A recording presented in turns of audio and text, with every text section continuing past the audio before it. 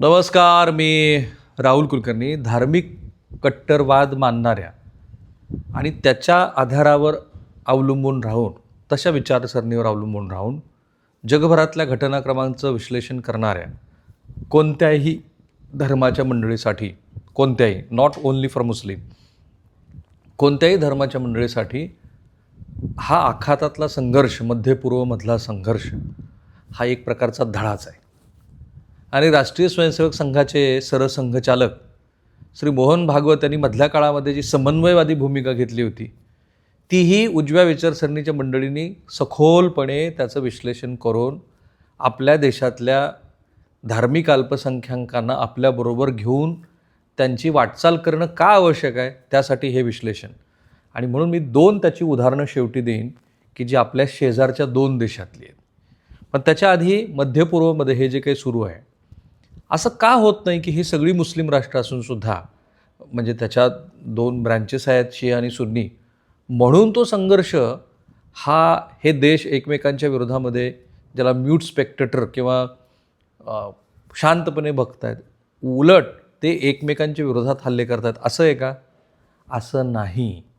ते का नाही आहे ते समजून घ्यायचं असेल तर आधी आत्ताच काय सुरू आहे ते बघा. तुम्हाला माहिती आहे की पाकिस्तान आणि मधल्या काळामध्ये सौदी अरेबियाने एकमेकांच्या संरक्षणाच्या आणाभाका घेतल्या करारात.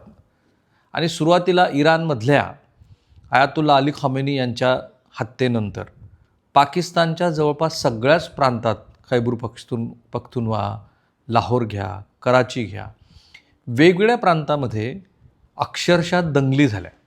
अमेरिकन दूतावासावरती हल्ले झाले, 23 लोकांचे बळी गेले. अमेरिकेच्या ह्या कृतीच्या विरोधामध्ये पाकिस्तानच्या अनेक भागामध्ये संचारबंदी लागली. किती दिवस?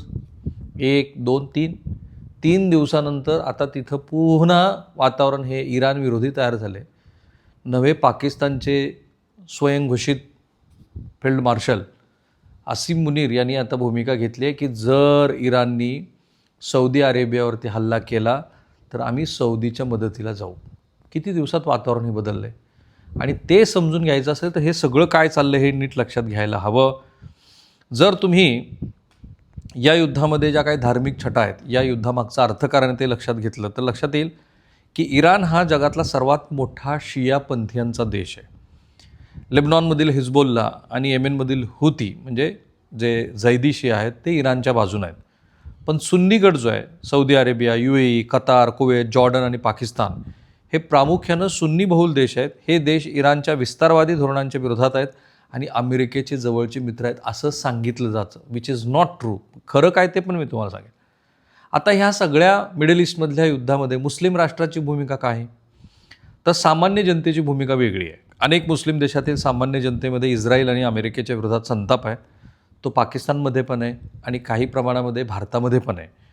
विशेषतः गाझा आणि पॅलेस्टीनमधल्या प्रश्नावरून तर मुस्लिम राष्ट्रातल्या बहुसंख्य नागरिकांचं मत हे इस्रायल आणि विजवी, त्यामुळं अमेरिकेच्या विरोधात आहे. आणि त्यांच्या मते हा इराण एकमेव देश आहे की जो इस्रायलला उघडपणे आव्हान देतो आहे. ही सामान्य जनतेची भूमिका. सरकारची भूमिका काय? तर आखाती देशातील सरकारं जसं की UAE, सौदी आहे, ते इराणला आपल्या सुरक्षेसाठी मोठा धोका मानतात. इराणनं त्यांच्या तेल प्रकल्पावरती आणि विमानतळावरती हल्ला केल्यामुळं ते इराणच्या विरोधात आहे. थोडक्यात सांगायचं झालं तर हे युद्ध केवळ धर्मावर आधारित नसून ते प्रदेशातलं वर्चस्व आणि अस्तित्वासाठी सुरू आहे. पाकिस्तानसारखे देश दोन्ही बाजूचे संबंध टिकून ठेवण्याचा आणि त्यातनं आपल्या स्वार्थी हिताची पोळी भाजण्याचा प्रयत्न करतात. आता सौदी अरेबियाची भूमिका काय लक्षात घ्या. सौदी अरेबिया हा सुन्नी मुसलमानांचं नेतृत्व करणारा देश आहे आणि तो इराणचा पारंपरिक प्रतिस्पर्धी आहे. 28 फेब्रुवारी हल्ल्यानंतर इराणनं प्रत्युत्तरादाखल सौदी अरेबियाच्या आर्मोका तेल प्रकल्पावर आणि रियाध विमानतळावरती ड्रोन आणि क्षेपणास्त्र हल्ले केले. त्यामुळं सौदी अरेबिया या युद्धामध्ये थेट ओढला गेलेला आहे. आणि आता UAE आणि ही सगळीच राष्ट्र युद्धात ओढल्या गेल्याचे काय परिणाम झालेत? तर सौदीनं अमेरिकेला त्यांच्या तळाचा वापर इराणवर हल्ला करण्यासाठी करू दिला, त्यामुळे इराण संतप्त आहे. सौदीची भूमिका हे स्वतःचे तेल साठे आणि सीमा सुरक्षित ठेवणं एवढंच आहे. सौदीला इराणचा अणु कार्यक्रम आणि मध्यपूर्वेतील इराणचा वाढता प्रभाव, विशेषतः येमेन आणि सिरियामधला, पूर्णपणे रोखायचा आहे. हे इतके अंतर्पदर आहेत एकमेकाच्या संघर्षाला. तुर्कीची भूमिका, कारण तुर्कीने असं म्हटलं होतं की अरे ऑपरेशन सिंदूरमध्ये हे आमच्या मुस्लिम राष्ट्रावरती कसा काय तुम्ही हल्ला करू शकता, असं म्हणत ते भारताच्या विरोधामध्ये पाकिस्तानच्या मदतीला धावले होते. आता इथे तुर्कीची काय भूमिका आहे? तुर्की हा नाटोचा सदस्य आहे. युरोपियन राष्ट्राची एक संघटना ज्यांनी त्यांच्या स्वतःच्या संरक्षणाची जबाबदारी अमेरिकेकडे सोपवलेली आहे. राष्ट्राध्यक्ष एर्दोगान यांनी अमेरिका आणि इस्रायलला इराणवर केलेल्या हल्ल्याच्या संदर्भामध्ये त्यांचा निषेध व्यक्त केला आहे आणि त्यांनी असं म्हटलं की प्रादेशिक शांततेचा हा खून आहे. तुर्की आणि इराणमधील सीमा त्याचा काही विवाद नाही आहे. त्यांच्यात मोठे व्यापारी संबंध आहेत. त्यामुळे तुर्की इराणच्या बाजूनं लष्करीरित्या उभा नसला तरी अमेरिकेच्या निर्बंधांना पाठिंबा देत नाही. तुर्की स्वतःला मुस्लिम जगाचा नवा नेता म्हणून सादर करण्याचा प्रयत्न करतोय. त्यामुळे ते इस्रायलच्या विरोधात कठोर भूमिका घेऊन मुस्लिम जनतेची सहानुभूती मिळवत आहेत. पण लष्करीदृष्ट्या ते कुणाच्याही विरोधात जाऊ शकत नाहीत. ही खरी गोम आहे. जर शिया आणि सुन्नी अशी जर आपण विभागणी केली तर काय दिसतंय? तर या मुस्लिम देशामध्ये एक संघपणा अजिबात नाही आहे.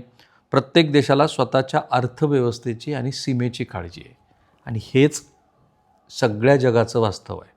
माझी अर्थव्यवस्था आणि माझ्या देशाची सीमा. माझ्या अर्थव्यवस्थेला याने फटका बसणार नाही ना. अनेक सुन्नी देशांना वाटतं की जर इराण अण्वस्त्र सज्ज झाला तर तो संपूर्ण मध्य पूर्ववर्ती वर्चस्व गाजेल. इराणच्या बाजूनं कोण आहे?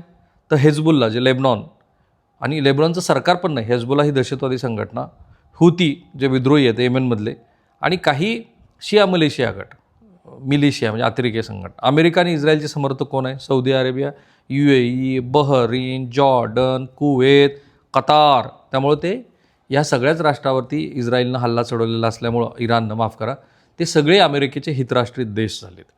इराण हा शियापंथीयांचा देश आहे आणि तो मुख्य युद्धकर्ता आहे. सौदी अरेबिया सुन्नी, तुर्की सुन्नी, इराक शिया बहुल, पण दुहेरी संकटात आहे कारण इराणचं समर्थन पण अमेरिकेचे सैन्य देखील तिथं आहे. येमेन इराणच्या बाजूने इस्रायलवर हल्ला करतो आहे. तर शियातले ते झैदी जे आहेत ते कतार आणि कुवेत जे सुन्नी आहेत तटस्थ राहण्याचा प्रयत्न पण अमेरिकन तळामुळे इराणच्या निशाण्यावरती आहेत.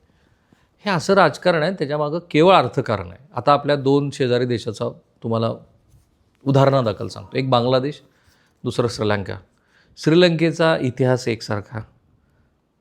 सिंहली आणि तमिळी हे त्याच देशाचे नागरिक, पण केवळ भाषीय संघर्षामुळे म्हणजे एक भाषा ही आहे तरीसुद्धा भाषेच्या आग्रहामुळं जवळपास एक धर्म असूनसुद्धा श्रीलंकेमध्ये दीर्घकाळ यादवी चालली आणि शेवटी प्रभाकरण मारला गेल्यानंतर ती यादवी सेटल झाली.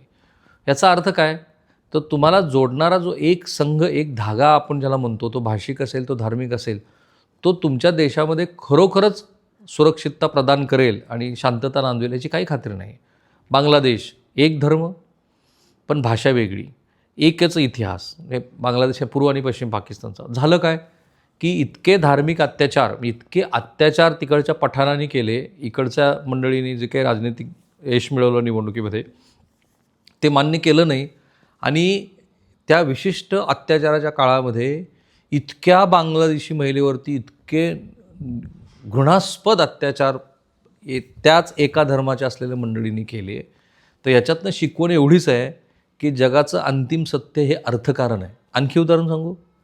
मुस्लिम जगताने सर्वात जास्त त्यांच्या देशाचे सर्वोच्च नागरी पुरस्कार ह्या जगातल्या एकाच राजकीय नेत्याला दिलेत.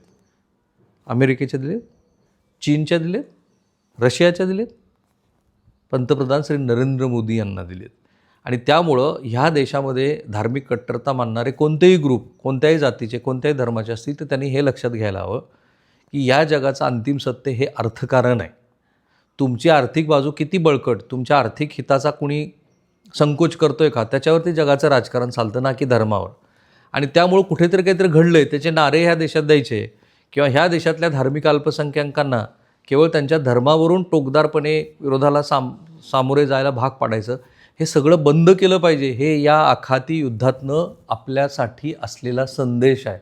तुमच्या राष्ट्राचं संरक्षण, तुमच्या राष्ट्राचे आर्थिक हित याच्याशिवाय तुमच्या हातात फारसं काही नाही. मला हे सांगायचं होतं, त्यासाठी हे विश्लेषणात्मक व्हिडिओ केले. थांबूया आपण इथे. Thank you so much.